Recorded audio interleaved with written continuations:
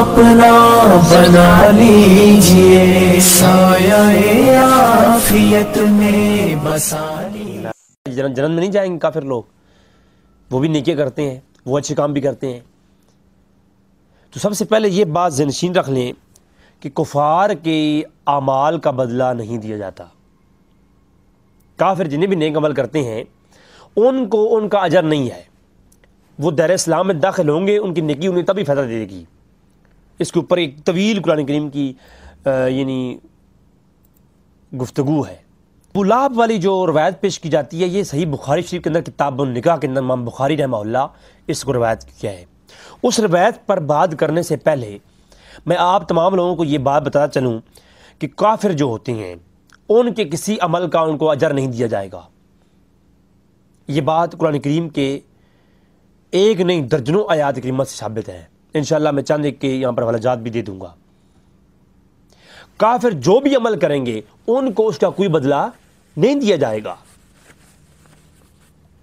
تو پھر ابو لہب جس کے بارے میں تبت یدا ابی لہب و تب، جس کے بارے میں جس کی مذمت میں پوری ایک آیت نازل ہوئی ہے، پوری ایک سورہ نازل ہوئی ہے، تو اس کے بارے میں پھر آگے چل کے ہماری گفتگو ہوگی۔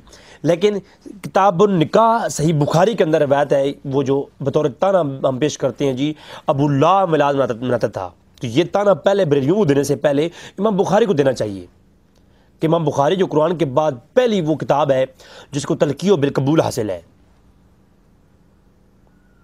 تو امام بخاری رحمہ اللہ کی صحیح بخاری کتاب النکاح کے اندر وہ واقعہ آیا ہے کہ ابو لہب کے عذاب میں تخفیف کی جاتی ہے، کمی کی جاتی ہے۔ پھر اس پہ محدثین کی رائے بھی ہیں، وہ آگے چل کے ہماری گفتگو آئے گی۔ بات کتابی ہونی چاہیے نا، بات علمی ہونی چاہیے، نہ کہ بات جو ہے ایسے کوئی اٹھا کے آپ تانا پیش کر دیں۔ یہ تانا پہلے محدثین کو دینا چاہیے۔ سب سے پہلے تو میں آپ کے سامنے پیش کروں کہ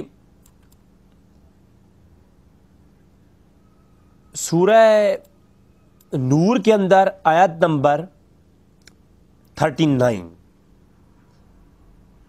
سورہ فرقان کے اندر آیت نمبر 23، اور سورہ آل عمران کے اندر آیت نمبر 171 172، سورہ یوسف کے اندر 56 57 آیت نمبر، سورہ کاف کی آیت نمبر 30، سورہ اعراف کی 128،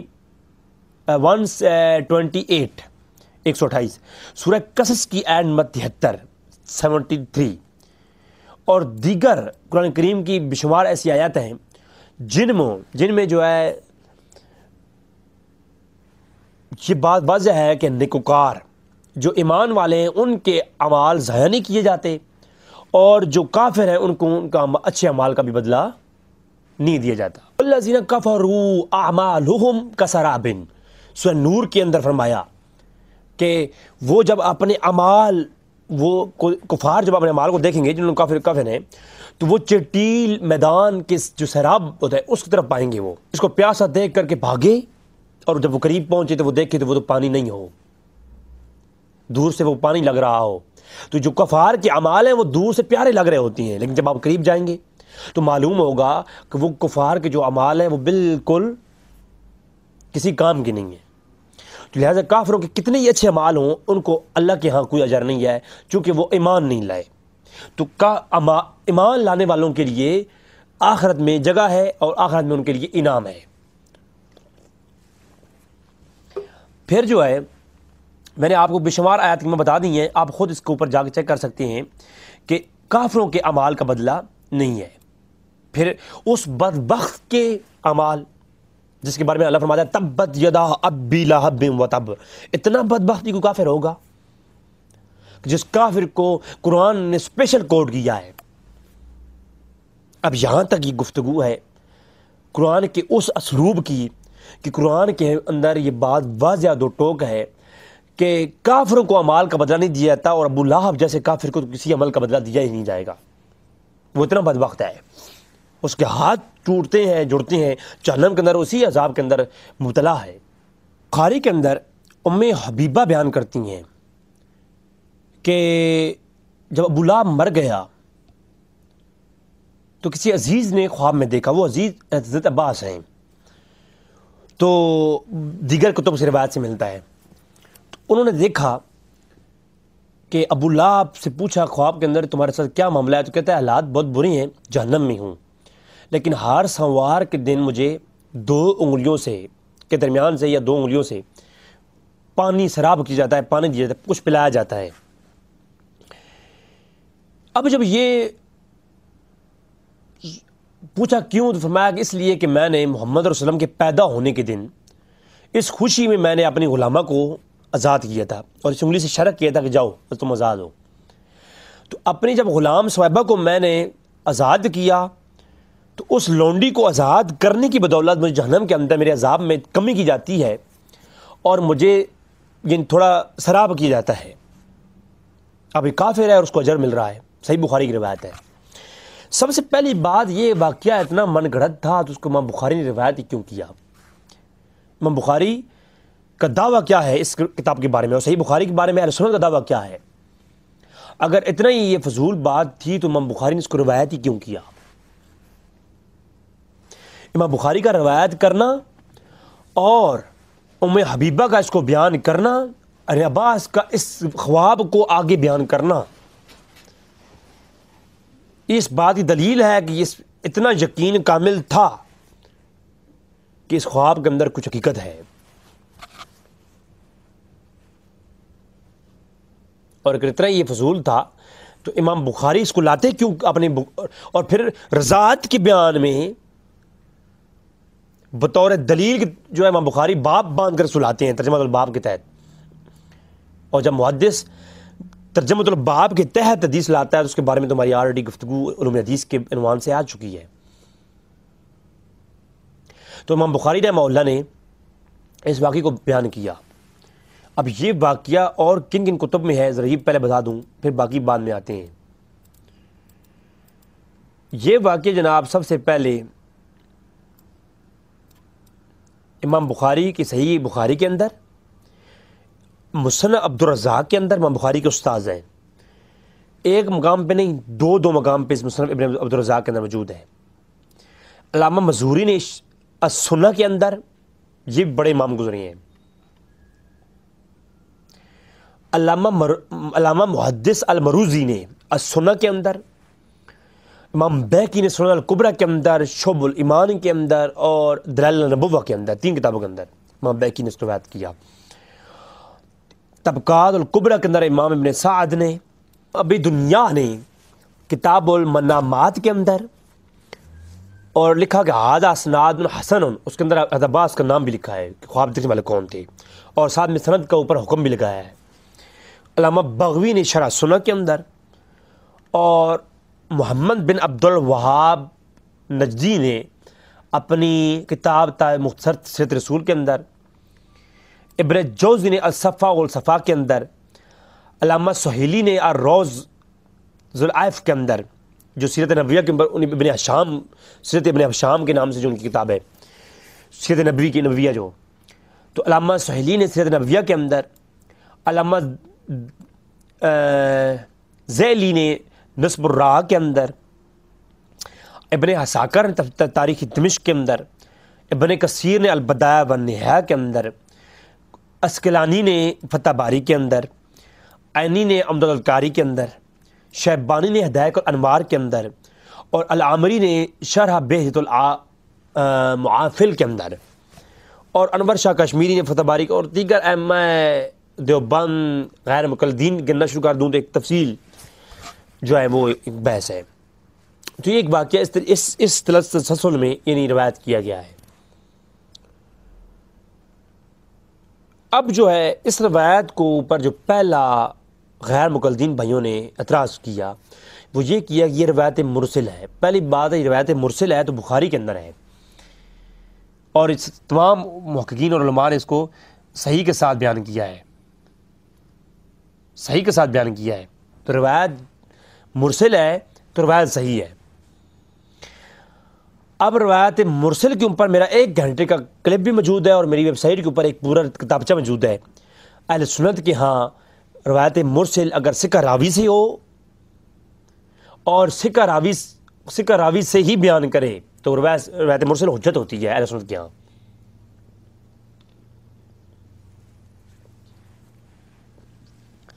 تو لہذا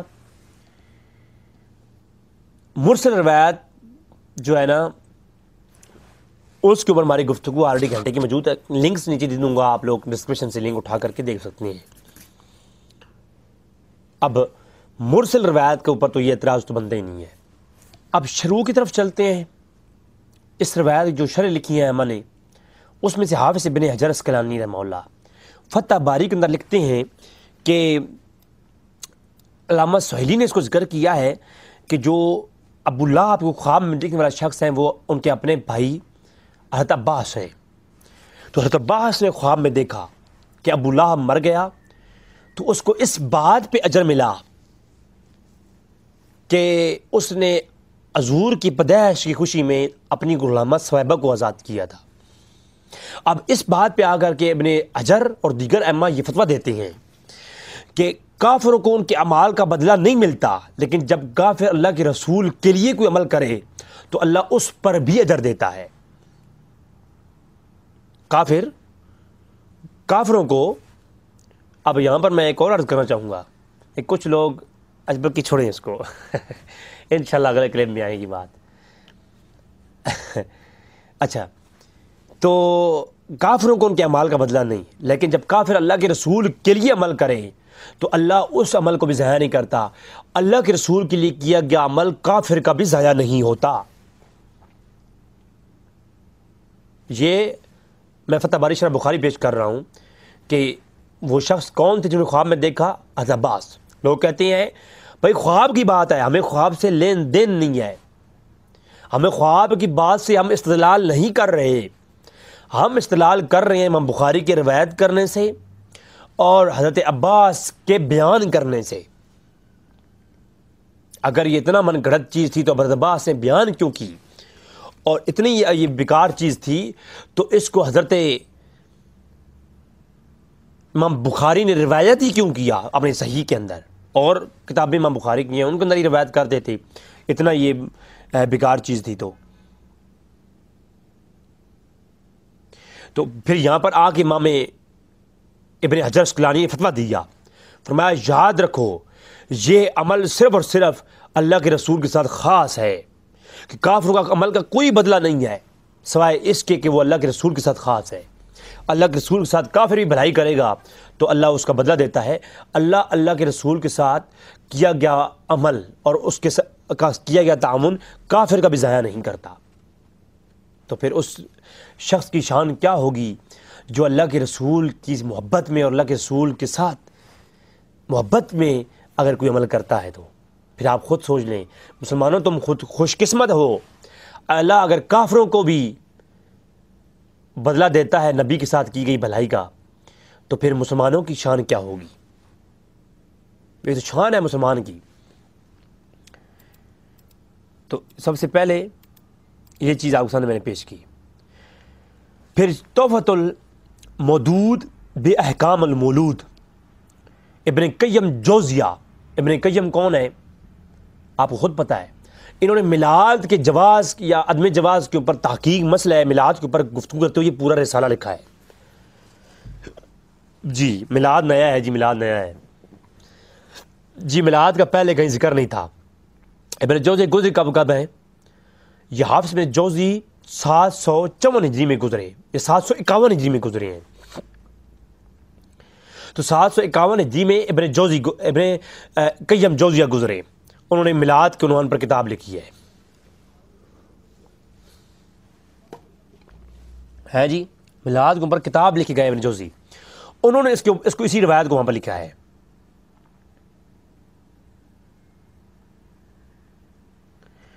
فرمایا آئے ہائے ہائے, ابن جوزی نے کہا کہ یاد رکھو ابن قیم نے وہ تمام جو ہے آیتیں لائے ہیں کہ جن سے یہ ثابت ہوتا ہے کہ کافروں کو ان کے اعمال کا بدلہ نہیں دیا جاتا. جب یہ ابن قیم یہ تمام آیتیں لکھنے کے بعد پھر ان یہ روایت لاتے ہیں, کہتے ہیں یاد رکھو کہ جو ابو لہب کے عذاب میں تخفیف ہوتی ہے تو وہ اس لیے ہوتی ہے کہ وہ اللہ کے رسول کے لیے کیا گیا عمل تھا, اور اللہ کے رسول کے لیے کیے گئے عمل پر اللہ کی جانب سے اجر ہے، چاہے وہ کافر کیوں نہ ہو۔ تو پھر کہتے ہیں کہ ابو لہب کافر تھا، اس کو یہ اجر ملا ہے، تو اس مسلمان کی شان کیا ہوگی جو ہے اپنی حسن نیت کے ساتھ حضور کے میلاد کی خوشی کرتا ہے اور صدقہ خیرات دیتا ہے۔ تو یہ فتویٰ جناب میلاد کے اوپر خوش ہونے پر جو ہے ابن قیم جوزیہ نے لکھا ہے کہ کافر کو اجر ملتا ہے، تو مسلمان کی پھر شان کیا ہوگی؟ تو فرمایا مسلمان کے لیے تو مستحب ہے کہ مسلم کو تو مستحب ہے کہ اس کو تو اجر ملتا ہی ملتا ہے۔ جناب امام شمس الدین الجزری رحمہ اللہ یہ 660 ہجری میں گزرے ہیں، یہ آج کے لوگ نہیں ہے، تقریباً آج سے 900 سال پہلے یہ امام گزرے ہیں، محدث بھی تھے، عالم بھی تھے۔ انہوں نے میلاد کے عنوان پر پوری کتاب لکھی، عرف التعریف فی مولد الشریف۔ اس کتاب کو آپ PDF کی صورت میں اپنے موبائل کے اندر فری ڈاؤن لوڈ کرنے کے لیے rizvionline.com کے اوپر جائیں، PDF کتابوں کے فولڈر کے اوپر جائیں، آپشن کھولیں گے ساتھ تو کتابوں کا فولڈر آئے گا، اس کے اندر عقائد اہل سنت کے فولڈر کے اندر میلاد کے اوپر بڑے بڑے محدثین کی کتابیں PDF کی صورت میں موجود ہیں، ان میں عرف التعریف فی مولد الشریف آپ ڈاؤن لوڈ کر سکتے ہیں۔ اس کے اندر وہ ابو لہب والی روایت لکھتے ہیں اور لکھنے کے بعد کہتے ہیں وَإِذْ كَانَ أَبُو لَهَبْ كَافِرٌ، وہ کافر تھا، الَّذِي نَزَّلَ الْقُرْآنَ بِذَنبِهِ جوز فی النار بفرحۃ اللیل مولد نبی بھی، کہتے ہیں کہ وہ کافر تھا جس کے حق میں پوری سورت نازل ہوئی، قرآن نازل ہوا جس کی مذمت میں۔ فرمایا وہ ایسا شخص تھا جس کی مذمت میں قرآن نازل ہوا ہے، تو اس کو اجر دیا جاتا ہے کیونکہ اس نے نبی کریم صلی اللہ علیہ وسلم کی میلاد کی خوشی کی تھی۔ تو فرمایا فما حال مسلم المواحد، اس مسلم مواحد کا کیا حال ہوگا کہ من امت نبی ہے بیسح المولدی ہی، کہ جو مسلمان ہو کر کے حضور کا میلاد کرتا ہے۔ ہائے ہائے، ابن جزری نے کہا ہے، امام محمد بن عبداللہ جزری کہتے ہیں، شمس الدین جزری کہتے ہیں، انہوں نے میلاد کے اوپر پوری کتاب لکھی ہے، وہ کہتے ہیں کافر کو اتنا اجر ملا ہے، تو پھر اس مومن مواحد کا کیا حال ہوگا کہ جو حضور کو مومن سمجھ کر کے، حضور کو اپنا نبی سمجھ کر کے، ایک شخص کافر جو حضور کو اپنا بھتیجا سمجھ کر کے اس نے خوشی کی، تو اللہ نے اس کو اتنا اجر دیا ہے، نبی سمجھ کر کے نہیں دی، بھتیجا سمجھ کر کے جس نے خوشی کی اور اپنے ایک غلامہ سویبہ آزاد کی، تو اس کافر کو اللہ نے اتنا اجر دیا، تو اس مواحد مسلم کا کیا حال ہوگا جو حضور کو اللہ کا نبی سمجھ کر کے خوشی کرتا ہے۔ یہ میں نے لفظ نہیں لکھے، ابن جزری نے لکھے ہیں۔ اور ما تسل الیہ قد قدرتہ فی محبتی لعمری، ہائے ہائے، کہتے ہیں کہ جو اپنی قدرت اور اللہ رسول صلی اللہ علیہ وسلم کی محبت میں جو مومن، لعمری، مجھے عمر کی قسم ہے کہ جو مومن خرچہ کرتا ہے، اپنی جو ہے وہ میلاد مناتا ہے، لعمری، ابن جزری کہتے ہیں میری اپنی عمر کی قسم ہے، انما یکون جزاؤہ من اللہ الکریم، کہ بے شک اللہ کی طرف سے اس کے لیے جزا ہے، انہ یدخل بفضل جنات النعیم، کہ اللہ کی جانب سے اس کے لیے فضل ہے اور وہ جنت النعیم میں داخل کیا جائے گا، اس کے لیے خوشخبری ہے۔ کیونکہ جب کافر کو اتنا اجر ہے، کافر ابو لہب نے اللہ کا نبی نہیں مانا، بھتیجا مان کر کے خوشی کی، چلو میرے بھائی عبداللہ گھر میں بیٹا پیدا ہوا ہے تو اس خوشی میں چاہ غلامہ تجھے آزاد کیا ہے، تو بھتیجا سمجھ کر کے جس نے خوشی کی اسے پتہ نہیں تھا کہ یہ اللہ کا نبی ہے، بھتیجا نہیں مانا، بھتیجا مانا ہے، اللہ کا نبی نہیں مانا، تو اس کو معلوم نہیں تھا کہ یہ 40 سال کا یہ بچہ بڑا ہو کر کے اعلان نبوت کرے گا، نبی مان کر نہیں، بھتیجا مان کر کے کافر نے خوشی کی، تو اللہ نے اس کو محروم نہیں رکھا، تو اس مومن مواحد کا کیا حال ہوگا؟ یہ ابن جزری ہیں، یہ بدعتی ہیں جناب، کیونکہ میلاد کے اوپر انہوں نے کتاب لکھی ہے۔ تو ابو لہب والی روایت لکھنے کے بعد جو بطور تانا لوگ پیش کرتے ہیں، اس کو ابن جزری نے روایت لکھنے کے بعد اس کے اوپر کلام کیا، اور کلام کرنے کے بعد کہا کہ مجھے اپنی عمر کی قسم ہے کہ جو وہ ابو لہب کافر تھا، اس کو اگر اجر ملتا ہے نا، جس نے نبی نہیں مانا، بھتیجا مانا، تو اس کو اجر مل رہا ہے. بخاری نے اس کو روایت کیا ہے اپنی صحیح بخاری کے اندر اس روایت کو. تو پھر خدا کی قسم پھر وہ مومن کا کیا حال ہوگا, اس کو تو اجر ملتا ہی ملے گا اور وہ جنت میں داخل ہوگا جو میلاد کی خوشی کرتا ہے اللہ کا رسول سمجھ کر کے اللہ کے نبی کو. تو یہ جناب ابن جزری ہیں. جناب امام اسی کی روایت کو, اسی معاملے, اسی واقعے کو اسی طرح امام سیوطی نے الحاوی والفتاوی میں روایت کیا. انہوں نے بھی یہی کہا ہے, فتویٰ دیا بلکہ, کہ جو حضور کا میلاد مناتا ہے, یہ امام سیوطی جو ہیں یہ بریلوی نہیں تھے, امام سیوطی بریلوی نہیں تھے, یہ 911 ہجری میں گزرے ہیں. دیوبندی میں مانتے ہیں, اہل حدیث بریلوی سب مانتے ہیں. تو انہوں نے جناب الحاوی الفتاوی کے اندر بھی یہ فتویٰ دیا کہ پھر جو ہے اس شخص کی کیا شان ہوگی, کافر کو جب اجر ملا ہے تو جو اللہ کا نبی سمجھ کر کے میلاد منائے, الميلاد کرے, تو اس کو کتنا اجر ملے گا. پھر امام سیوطی نے حسن المقصد فی عمل المولد جو کتاب لکھی میلاد کے عنوان پر, اس کے اندر بھی یہ واقعہ انہوں نے لکھا ہے. امام قسطلانی نے المواہب الدنیا کے اندر اس واقعے کو لکھا ہے. امام زرقانی نے شرح مواہب الدنیا کے اندر بھی لکھا ہے. اور علامہ صالح نے سیرت نبویہ جو انہوں نے کتاب لکھی سیل غدا و ارشاد فی سیرت الخیر العباد, اس کے اندر بھی انہوں نے یوسف سالوی نے بھی روایت کس کو کیا ہے. عبدالحق نے مدارج النبوہ کے اندر بھی, وہ انشاءاللہ آگے گفتگو آ رہی ہے. دوسرے امام شمس الدین محمد بن ناصر الدین الدمشقی, انہیں میلاد کے اوپر کتاب لکھی مرد السادی فی مولد الہادی. اس کتاب کے اندر انہوں نے ذکر کرتے ہوئے کہا کہ قد صحا, یہ بات صحیح ہے, ان ابا لہب بن تحفیف انہو عذاب النار فی مثل یوم الاثنین, کہ یہ بات بالکل ثابت ہو چکی ہے, حق بات ہے, یہ بات صحیح ہے کہ ابو لہب کو اس کی غلامہ ثویبہ یوم الاثنین اعتقاد الثویبہ سرورا بموالد النبی صلی اللہ علیہ وسلم, کہ اس نے اپنی غلامہ ثویبہ کو زیادت کیا اور اس کے عذاب میں تخفیف کی جاتی ہے. اس پہ امت کا اجماع ہو چکا ہے, یہ بات ثابت ہو چکی ہے. تمام علماء اس پہ, سنت کا اس پہ اجماع ہے کہ ابو لہب کے عذاب میں تخفیف کی جاتی ہے. اب یہ بات ثابت ہو چکی ہے. تو اس کے بعد وہ کچھ شعر پڑھتے ہیں. شعر لکھنے کے بعد انہوں نے کہا کہ جب ابو لہب کے عذاب میں تخفیف کی جاتی ہے تو اس مسلمان کی خوشی کا کیا عالم ہوگا جو مسلمان حضور کو اللہ کا نبی سمجھ کر کے میلاد مناتا ہے اور مسرت کا اظہار کرتا ہے. اور رقص ایسا میلاد ممنوع ہے, سامنے یہ بھی لکھ دیا, یہ ذرا بریلوی حضرات سن لیں, جس میں رقص اور اخلاط اور غیر شرعی اسلامی افعال ہوں, ایسے میلاد جو ہے میلاد کی برکات سے محروم رہتا ہے. جی یہ امام دمشقی کا فتویٰ ہے, یہ بھی ذرا سامنے آپ لکھ لیں. پھر مولانا عبد الحی فرنگی محلی لکھنوی جو کہ دیوبندی عالم ہیں, انہوں نے اس کو اپنی فتاوی عبد الحی کے اندر بھی روایت کیا ہے. اور وہ لکھتے ہیں کہ ابو لہب جیسے کافر کو آپ کی ولادت پر خوشی کرنے کی وجہ سے عذاب میں تخفیف ہوئی, تو جو کوئی امتی آپ کی ولادت خوشی کرے گا اپنی قدرت کے موافق, تو اپنی محبت کے مطابق اس میں خرچ کرے گا, تو وہ کیوں کر اعلیٰ مرتبے کو نہ پہنچے گا. جیسا کہ عبد الرحمن بن جوزی اور ابن شاہ عبد الحق محدث دہلوی نے لکھا ہے کہ ان کو اس کو جو ہے, جو ابو لہب کو اگر جس کافر کو اس پہ اجر ملا ہے, تو پھر اللہ کے نبی کی خوشی کرنے والے مسلمان کا کیا حال ہوگا. تو ابن جوزی اور عبد الحق محدث دہلوی کے حوالے سے عبد الحی لکھنوی جو کہ دیوبندی عالم ہیں, انہوں نے یہ بات لکھی ہے.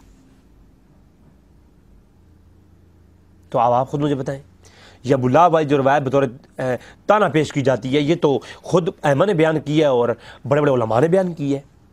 پھر عبدالرشید لدھیانوی جو ہیں وہ کون ہے, دیوبندی عالم ہے, علامہ یوسف لدھیانوی کے رشتہ داروں میں سے. تو وہ جناب وہی صحیح لکھتے ہیں کہ وہ ابو لہب بدبخت تھا, اس نے حضور کے میلاد خوشی کی, اللہ نے اس کا اجر ضائع نہیں کیا, تو پھر جناب اس مواحد مسلمان کی کیا شان ہوگی, ذرا بتائیں آپ. پھر علامہ بغوی کون ہے, علامہ بغوی نے شرح سنہ کے اندر اسی واقعے کو لکھا, اور لکھنے کے بعد فتویٰ جاری کرتے ہیں, کہتے ہیں کہ ھذا خاص بہ اکرام لہ, کہ یہ جو ہے ابو لہب کو اجر ملتا ہے, لیکن یاد رکھیں یہ کافروں کو جو اجر ہے وہ نہیں ملتا ہوتا, یہ تخفیف ابو لہب کو کی ساتھ خاص ہے کہ جو حضور وسلم کی وجہ سے کیا گیا، اور فرمایا کہ ھذا خاص بہ اکرام لہ، یہ ابو لہب کی تخفیف اس لیے ہے کہ اس نے حضور وسلم کی تکریم اور اکرام کیا تھا میلاد کا۔ جی امام بغوی پر فتویٰ لگائیں، امام بغوی بھی چونکہ وہ پھر جاتی ہیں۔ پھر 571 ہجری میں گزرنے والے امام سہیلی، انہوں نے بھی جو ہے اس کو اوپر پوری اس روایت کو لا کر کے گفتگو کی ہے، یہ حکم انہوں نے لگایا ہے۔ پھر رئیس المفسرین امام قرطبی رحمہ اللہ، انہوں نے بھی کہا کہ ھذا تخفیف خاص بھذا، کہ یہ جو تخفیف ہے یہ ہر کسی کافر کے لیے نہیں ہے، کافر کو اسی عمل کا بدلہ ملتا ہے جو اللہ کے رسول کے لیے کیا جاتا ہے، ہر عمل کا بدلہ نہیں دیا جاتا کافر کو۔ اور یہ تخفیف ابو لہب کے ساتھ خاص ہے، اس نے جو ہے حضور کا میلاد منایا تھا، اس لیے جو اس کے عذاب میں تخفیف کی جاتی ہے، اس کا انکار نہیں کر سکتے۔ علامہ بدر الدین عینی نے عمدۃ القاری کے اندر بھی اسی کو اسی طریقے سے بیان کیا ہے۔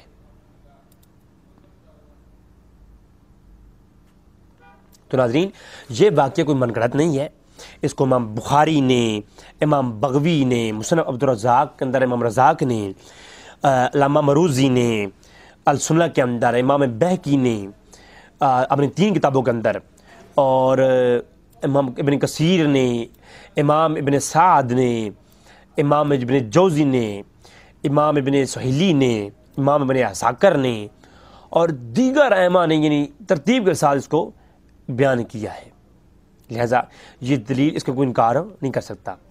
پھر ما ثبت بسنہ فی ایام السنہ، جو کہ شاہ عبدالحق محدث دہلوی کی کتاب ہے، انہوں نے افضلیت شب ولادت، شب میلاد کی فضیلت کے اوپر ایک باب قائم کیا۔ یہ شاہ عبدالحق محدث دہلوی دیوبندی زیادہ مانتے ہیں، اور بریلوی زیادہ ان کی توہین نہیں کرتے، لیکن دیوبندی اور غیر مقلدین ان کو امام مانتے ہیں۔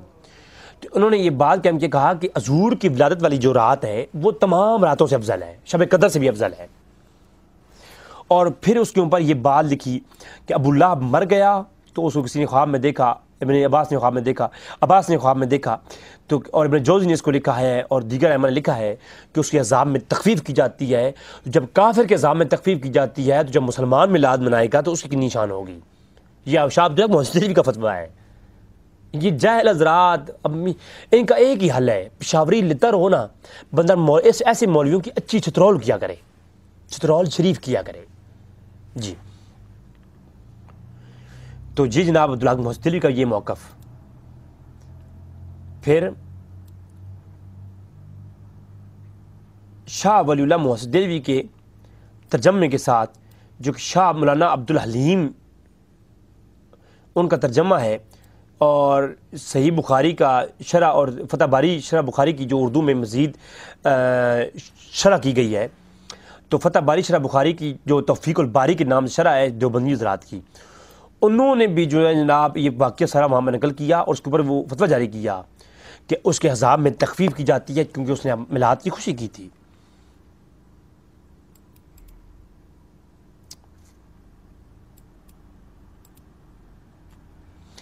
پھر اسی کو محمد بن عبداللہ وہاب نجدی نے اپنی کتاب مختصر سیرت رسول کے اندر یہی واقعہ لے لاتے ہیں ابن جوزی کے حوالے سے۔ کہتے ہیں کہ جب ابن جوزی کے حوالے سے لکھتے ہیں کہ جب ابو لہب مر گیا، امام بخاری نے اس کو روایت کیا ہے، تو ابو لہب مر گیا، جو خواب میں دیکھا گیا، تو اس نے حضور کے میلاد کی پیدا ہونے کی خوشی میں بھتیجا سمجھ کر کے اپنی غلامہ کو آزاد کیا تھا، تو اللہ اس کا وہ اجر ضائع نہیں کیا، اور اللہ آج بھی اس کو اجر دے رہا ہے، حالانکہ کافروں کے اعمال کا بدلہ نہیں ہوتا۔ تو غیر مقلدین کے ہاں بھی محمد بن عبدالوہاب نجدی کا یہ حوالہ پیش خدمت ہے کہ انہوں نے اس روایت کو بھی نقل کیا ہے اور اس کو بطور دلیل پیش کیا ہے اور اسے استدلال اور استنباط بھی کیا ہے۔ تو ناظرین، یہ گفتگو تھی ہماری ابو لہب کے میلاد کے حوالے سے۔